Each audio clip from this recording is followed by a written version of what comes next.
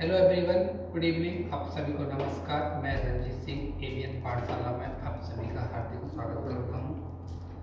जैसा कि आपको पता है कि अभी हम नंबर सिस्टम की सीरीज चला रहे हैं आपके द्वाटी वाले सर का सॉल्यूशन, जिसमें अब तक हमने क्वेश्चन नंबर 70 तक सॉल्व करा दिए और आज हम क्वेश्चन नंबर 71 से आगे के क्वेश्चन सॉल्व करेंगे। और ये इस सेशन की यानी नंबर सिस्टम की नहीं, पहले चैप्टर की लास्ट वीडियो होगी। तो आई होप अब तक की आपकी सभी वीडियो पसंद आ रही होंगी। तो चलिए शुरुआत करते हैं आज की क्लास की। दो संख्याओं का योग 28 है और उनका अंतर 12 है, तो गुणनफल क्या होगा? काफ़ी इजी सवाल है। a प्लस बी बराबर 28 और a माइनस बी बराबर 12। ये कटेगा 2a बराबर 40, a बराबर 20 और b बराबर 8। दोनों का गुणा करेंगे तो हमारा 160 आ जाएगा। ये ऑप्शन नंबर सी हमारा बिल्कुल सही आंसर होगा।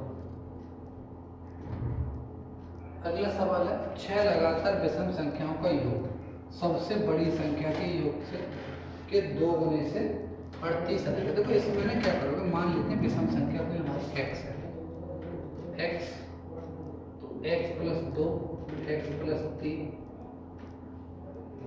4, x प्लस 6, x प्लस 8, कितनी 6 है, x प्लस 10, तो ये हुआ 6x। 10 और 18 अच्छा 24 और 6 30, 10 10 20 और 10 30, ठीक है।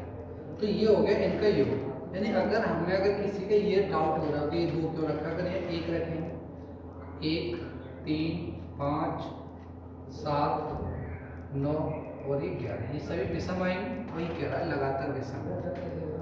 तो सबसे बड़ी संख्या के योग के 2 गुने से 38 अधिक। देखो सबसे बड़ी हमारी ये हो गई, तो x प्लस 10 के 2 गुने से, इसका हम 2 का गुणा कर देंगे तो ये 2 गुना हो गया। इसके 2 गुने से 38 अधिक है, तो 38 इसमें हमने जोड़ दिया, तो ये कितना है, यानी ये इनका योग है 6x प्लस 30, ठीक है। तो 6x प्लस 30 बराबर 2x प्लस 20 प्लस 38, तो ये आया 4x और ये इधर जाके होगा आपका 28। ये इधर जाके माइनस का होगा तो माइनस का 30 और 20 से माइनस का 10 बचेगा, फिर 38 में से 10 घटा दोगे तो 28। तो x की वैल्यू 7। 6 संख्या को योग निकालो, तो योग के लिए क्या करोगे, आप यहाँ रख दोगे 6 इंटू 7 प्लस 30 42 प्लस 30, यानी कितना आ गया 72। ये ऑप्शन हमारा यहाँ नहीं है, नीचे दिया गया होगा। ये रहा ऑप्शन नंबर सी हमारा, ये बिल्कुल सही है, 72, ठीक है। निम्नलिखित में से कौन सा कथन असत्य है? इसने ना असत्य पूछा है, देखो समझ रहे इसे।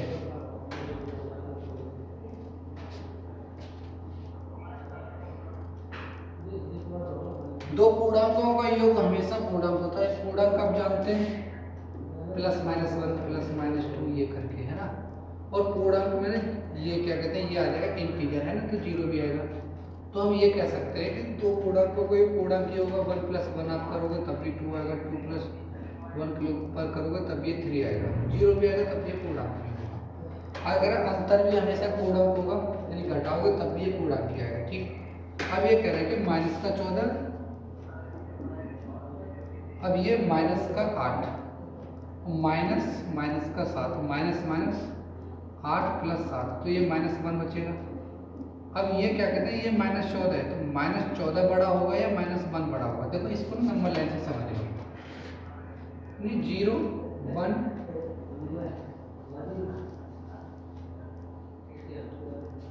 0 1 2 माइनस 1 माइनस 2।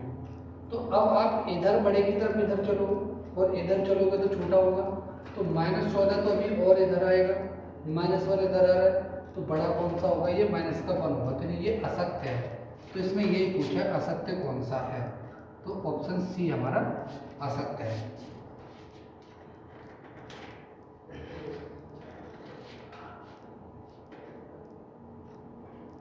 15 से 160 के मध्य कितनी संख्याएं हैं जो 17 से विभाज्य है ना। तो 15 से 160 के बीच में। अब आपको ये पता है 17 से विभाज्य का मतलब है कि 17 का आपको टेबल आना चाहिए। 17 एकम 17 दूनी 34 17 × 51 68 85 17 छिक्का 102 17 136 153। देखो 4 से विभाज्य नहीं है, लेकिन 4 से विभाज्य 17 से विभाज्य है। कितनी संख्या है जो 17 से विभाज्य है लेकिन 4 से विभाज्य नहीं है। तो फिर 4 से जो विभाज्य है एक तो ये होगी 17 चौके 68 और ये 17 यानी 4 और 8 में 4 का मल्टीपल आएगा। बाकी की ये संख्या 1 से लेकर 70 नंबर 153 तक है। 9 से आप 2 माइनस कर दोगे तो 7 आपका आंसर बिल्कुल सही है। एक बस में कुछ पुरुषों तथा उनकी आधी संख्या के बराबर महिला को लेकर बस मेरठ से दिल्ली चली। महिला को लेकर दिल्ली से चलती है और मेरठ पहुंचने पर 10 पुरुष उतर जाते हैं और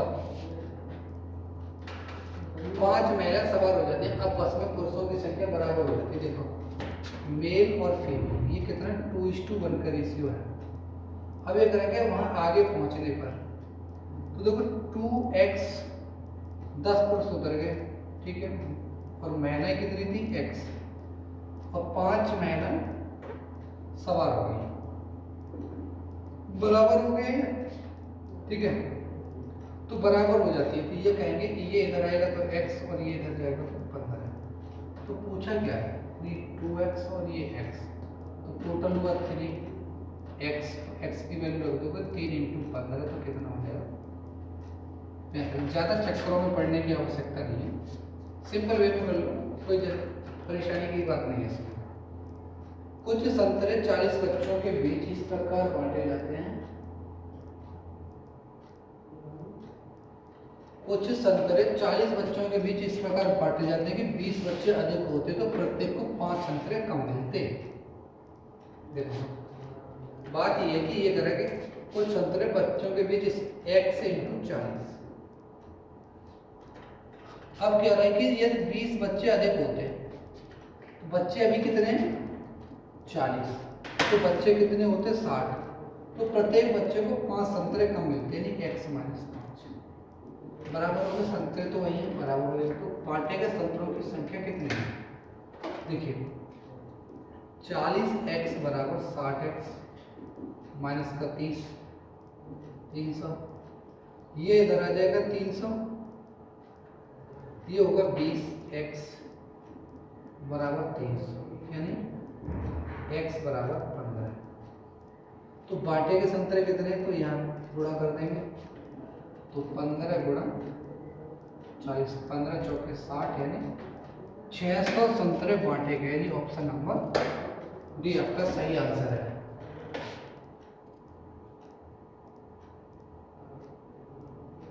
सात सौ 29 की पावर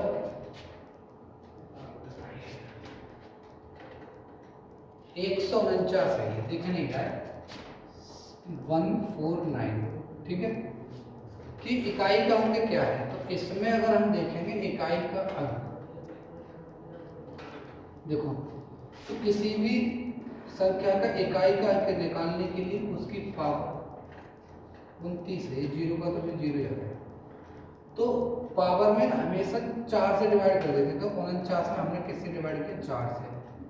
4 से 12 बार जाएगा 12 × 6 = 48, एक तो 9 की पावर 1 बचेगा तो कितना आएगा 9, इसका आंसर आ जाएगा। यदि एक संख्या का 6/7 1/3, देखो मान लो इसमें संख्या हमारी x कोई रही होगी तो कितना है 1/7 6/7 इंटू 1/3 कितना है 28 के बराबर है। 3 से देखो 2 बार 2 से 14 और x बराबर 14 × 7 = 98 यानी 98 यानी ऑप्शन डी हमारा सही आंसर है। अगला सवाल है किसी क्लास के बच्चों के बीच मुफ्त नोटबुक समान रूप से बांटे गए, प्रत्येक बच्चे को मिली नोटबुक की संख्या का संख्या का नोटबुक की संख्या बच्चों की संख्या का 1/8 है। ठीक है, तो यदि बच्चों की संख्या आधी होती तो प्रत्येक बच्चे को 16 नोटबुक होती। मान लेते हैं बच्चे हमारे x रहे होंगे और ये x का 8वां भाग। ठीक है, ये इसको मिली। अब अगर बच्चों की संख्या आधी रही होती, ठीक है आधी, तो इसको कितने मिलते? 16 नोटबुक प्रत्येक। ये दोनों बराबर हो गए। 8 बार ये x से ये x कट जाएगा,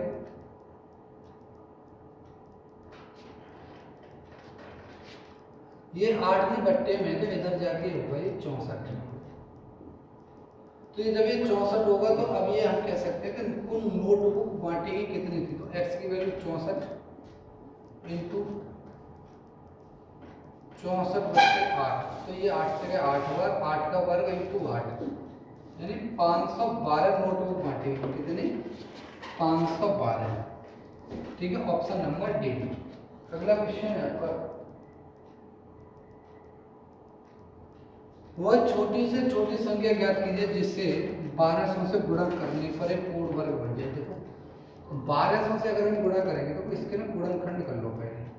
तो इसके गुणनखंड क्या होगा? देखो 0 है तो 2 गुणा 5, दूसरे 0 का भी 2 गुणा 5, ये 2 0 हो गए। ठीक, 2 इंटू 2 इंटू 3, देखो ये एक जोड़ा बनी रहा है, ये 5 5 का बन गया, ये 2 2 का बन गया, पूर्ण वर्ग बनना। अब इसका पूर्ण वर्ग बनाने के लिए सिर्फ 3 की कमी है। 3 से अगर हम इसमें मल्टीप्लाई कर देंगे तो संख्या हमारी यहाँ क्या बन जाएगी? पूर्ण वर्ग बन जाएगी। तो ऑप्शन बी हमारा इसका नहीं, ये देखो ये सही आंसर है, ऑप्शन बी। 256 के वर्गमूल, 256 के वर्गमूल और 16 के वर्गमूल के गुणनफल को ज्ञात करें। देखो 256 का वर्गमूल कितना होगा? 16, और इसका वर्गमूल कितना होगा 16 का? 4, और इसका भी 64 का ही आ जाएगा आपका 8, यानी ऑप्शन सी ये बिल्कुल 8 सही होगा। अगला कह रहा है नीचे दी गई संख्याओं में से कौन सी संख्या वर्ग नहीं है। देखो इस तरह का अगर जब ये आए कोई भी संख्या अगर वर्ग की बात करें, अगर ये 25 है बाद में, तो इससे पहले एक सम संख्या का होना जरूरी है।